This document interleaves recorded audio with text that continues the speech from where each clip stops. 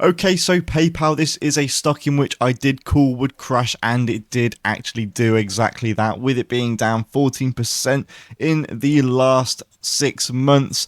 Could this be actually now a good buying opportunity? Well, it could potentially be. With it being down quite significantly since its peak, it could warrant a good buy, but we'll get into that later on in this video. We're going to go through the intrinsic value of PayPal stock, if this company is actually that sustainable.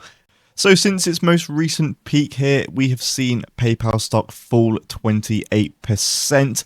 Obviously, since March, we have seen this stock actually start to climb back up, but now again it has fallen back down, and we are actually at a level of resistance here, but it is something that could potentially push this stock further down. On a moving average here, we are of course below all of them. We are actually nearing the 20-day moving average, but again, since we actually came above that moving average, the position just fell down, which is obviously a very bearish indication. And of course, on the MACD indicator here, we are well and truly into a short position. So as of mid-2023, PayPal actually has announced a new CEO. Of course, this is old news, but you might be thinking, why are you bringing this up? Well, I just watched a video from JKR Investing, which actually spotlighted this quite well, and it is something in which I wanted to share with you guys. He has been the CEO now for coming up to 2 years, and the expectation from this is that he would introduce a lot of new features to the PayPal sphere, but of course we haven't really seen that. We have obviously seen a lot of innovation in this company, but nothing to really excite investors as much as really you want to see. As of 2020, late 2021, this stock has fallen down massively. We have obviously seen this try to come back in 2024, and now it has obviously fallen back down, but I don't see this climbing up a massive amount. But I do actually now think this stock is undervalued, and we will get onto the reason for that later in this video. But with Alex Chriss being quite a prominent figure on X, it's quite a positive thing in general. I mean, he has actually done interviews with quite a few channels, even smaller channels here on YouTube, which is good to see. I know some people have said that it's probably quite a bad thing, and it shows that he's not really focusing on innovation within the company, but I think it's still a good thing to get personal publicity, because obviously then that brings traction to the company as well as, but it might suggest that he isn't spending as much time as he should be within the company making them intrinsic improvements. But what can we see for PayPal's financials? Well, going off of the last recent quarters here, looking on a liquidity ratio, we can see that PayPal is doing relatively good on a liquidity basis. They have at least $1 of liquid cash to pay out their debt, which is of course a very positive thing. And when we look at the retention rate here, we can see that they are well in profit, and that is exactly what you want to see. As of recently, they were at a 13.4% retention rate, which is really, really good. Looking at a free cash flow analysis here, we can see that they are relatively increasing quarter on quarter with their free cash flow, which is again what you want to see. So nothing here which alerts me to any sort of issues. Looking on a 365-day exponential chart on a volume and price basis, we haven't actually seen this volume chase the price as much as you would want to, which could suggest that the price isn't actually that well supported. Just looking at the trend lines, of course, we do have a couple of spikes, but ideally we would like to see this volume increasing with the price at least around this area here. Obviously, we have seen a sell-off and volume has increased, which could potentially mean that the sell-off was justified, which, as I said in my video earlier on in the year, I think it was very much justified. Looking here on a 91-day basis, we have seen the volume again staying very steady on a mean basis, but on the price, we have obviously seen this decline. Looking at the figures here, we are now at a 17.22 PE, which I think is actually a really good point to be buying into PayPal. We have a 52-week high of 93 and a low of 56, this being a difference of $36 and a current beta of 1.6.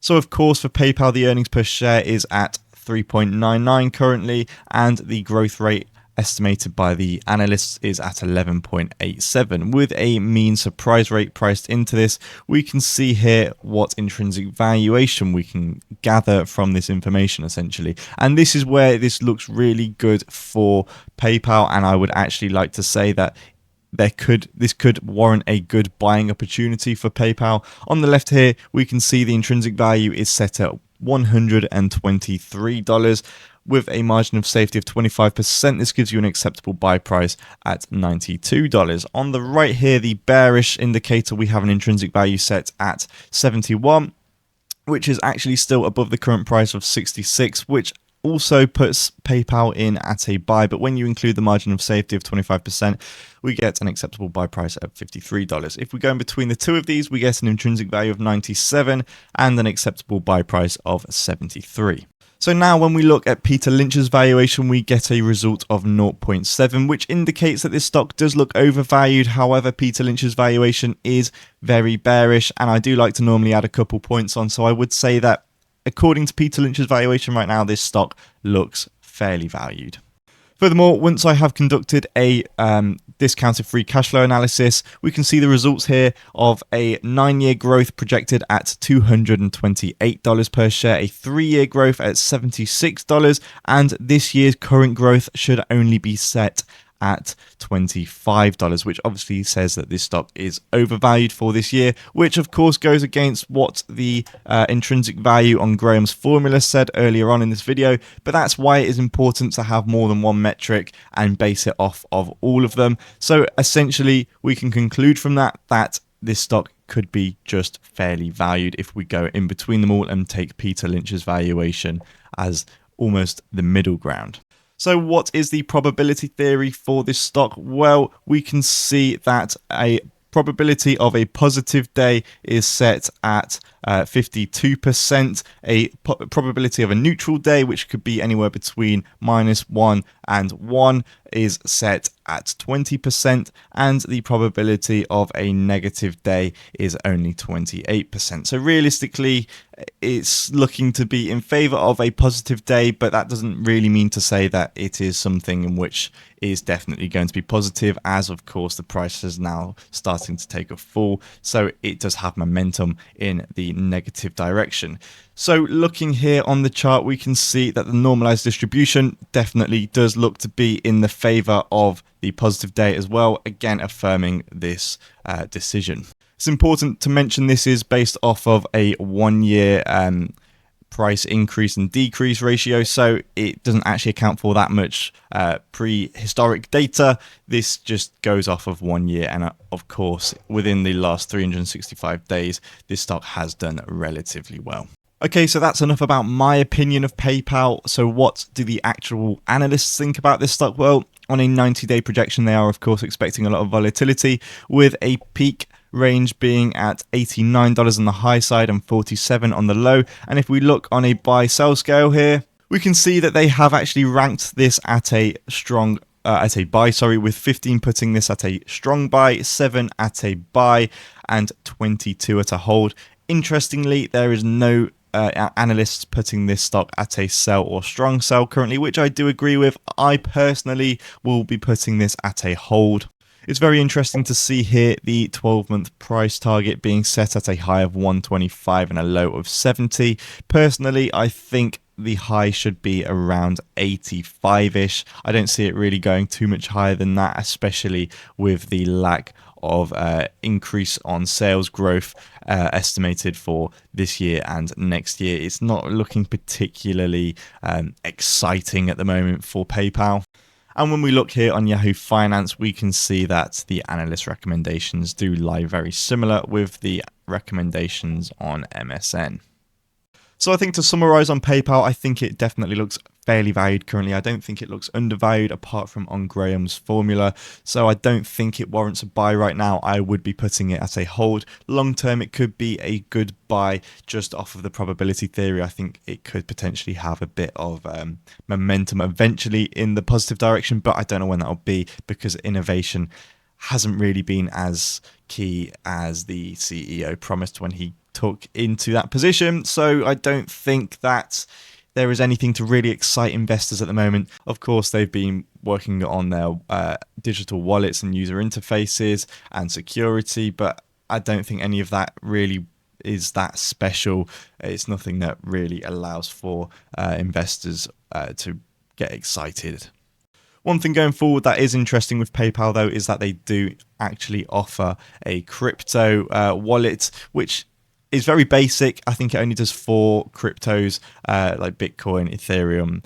I can't remember the others, but it's very interesting, as in the future, if Bitcoin does become a actual tangible asset, which I think it might do, it might be something in which a lot of, especially older people, will use to invest in Bitcoin, as they can trust PayPal and they already have an account. So it just makes it a lot easier for the majority of people. But especially with American tariffs coming into place at the moment on PayPal, it could be something in which might actually halt consumer spending a bit, enough to potentially hurt PayPal stock. Maybe not, but it will definitely have a bit of a play when it comes to affecting the stock on a macroeconomic scale. So with that being said, I hope you have enjoyed this video and found it somewhat useful. If you have, please do leave a like, subscribe and comment. I'm not a financial advisor, so any investments are at your own risk, of course. With that being said, I will see you for the next video.